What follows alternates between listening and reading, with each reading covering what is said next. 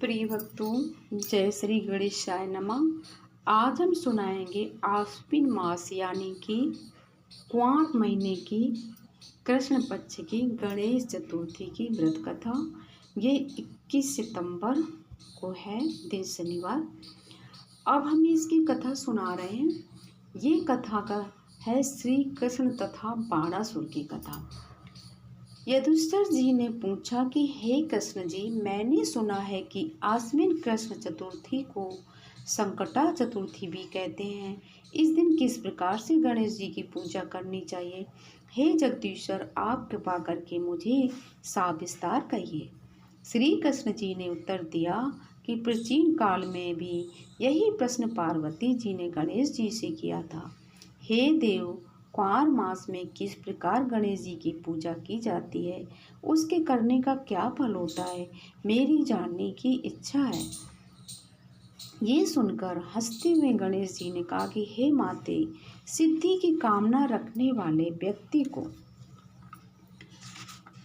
चाहिए कि आश्विन मास में कृष्ण नामक गणेश की पूजा पूर्वोक्त विधि से करें। इस दिन भोजन न करें तथा क्रोध, पाखंड, लोभ आदि का परित्याग कर गणेश जी के स्वरूप का ध्यान करते हुए पूजन करें। आश्विन कृष्ण चतुर्थी का व्रत कटनाशक है। इस दिन हल्दी और दूध का हवन करने से सप्तद्वीप वाली पृथ्वी का राज हस्तगत यानी प्राप्त होता है। एक बार की बात है कि बाणासुर की पुत्री उषा ने सुषुप्तावस्था में अनिरुद्ध का स्वप्न देखा। अनिरुद्ध के विरह से वे इतनी कामासक्त हो गई कि उसके चित्त को किसी भी प्रकार शांति नहीं मिल रही थी। उसने अपनी सहेली चित्रलेखा से त्रिभुवन के संपूर्ण प्राणियों के चित्र बनवाए। जब चित्र में अनिरुद्ध जी को देखा तो कहा, मैंने इसी व्यक्ति को स्वप्न में देखा था, तो इसी के साथ मेरा पाणी ग्रहण संस्कार भी हुआ था। हे सुजगने, ये व्यक्ति जहाँ कहीं भी मिले इसे ढूंढ कर लाओ, नहीं तो इसके विरह में मैं अपने प्राणों की बलि दे दूंगी। अपनी सखी की बात सुनकर चित्रलेखा अनेक स्थानों में खोज करती हुई द्वारकापुरी में आ पहुंची। वहां अनिरुद्ध को पहचान कर उसने उसका अपहरण कर लिया, क्योंकि वह राक्षसी माया जानने वाली थी। रात्रि में पलंग सहित अनिरुद्ध को उठाकर वे गोधूली बेला में बाणासुर की नगरी में प्रविष्ट हुई।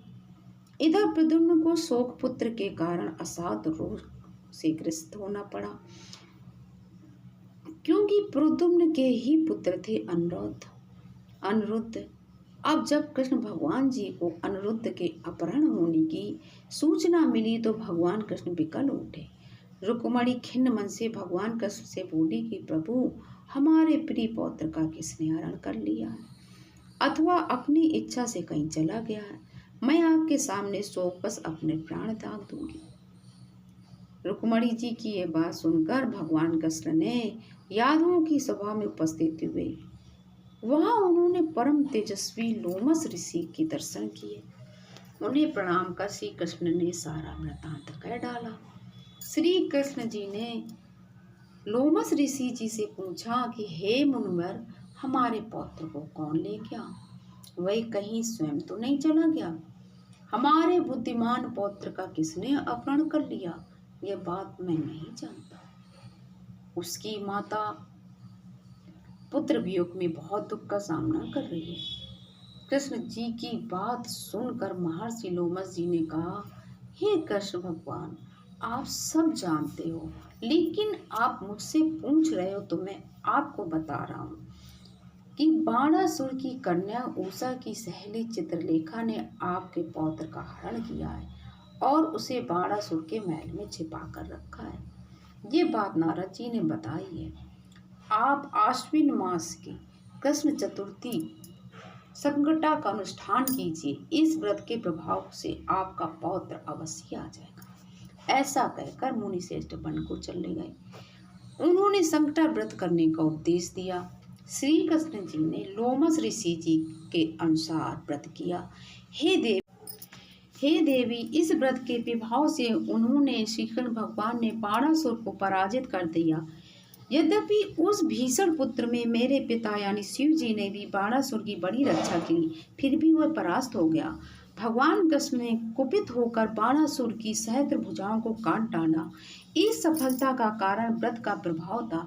श्री गणेश जी को प्रसन्न करने तथा संपूर्ण विघ्न का शमन करने के लिए इस व्रत के समान दूसरा कोई व्रत नहीं है। विश्व भ्रमण तथा तीर्थ भ्रमण के निमित्त इससे बढ़कर शुभदायक दूसरा व्रत नहीं है।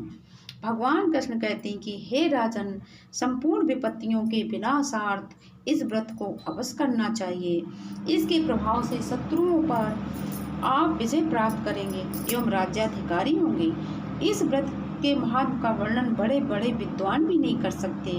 हे प्रथा कुंती तनय, मैंने इसका स्वयं अनुभव किया और ये मैं आपसे सत्य कह रहा हूँ। यह है श्री कृष्ण गणेश जी की अश्विन मास की कथा। बोलिए जय श्री गणेश भगवान की जय। श्री गणेश।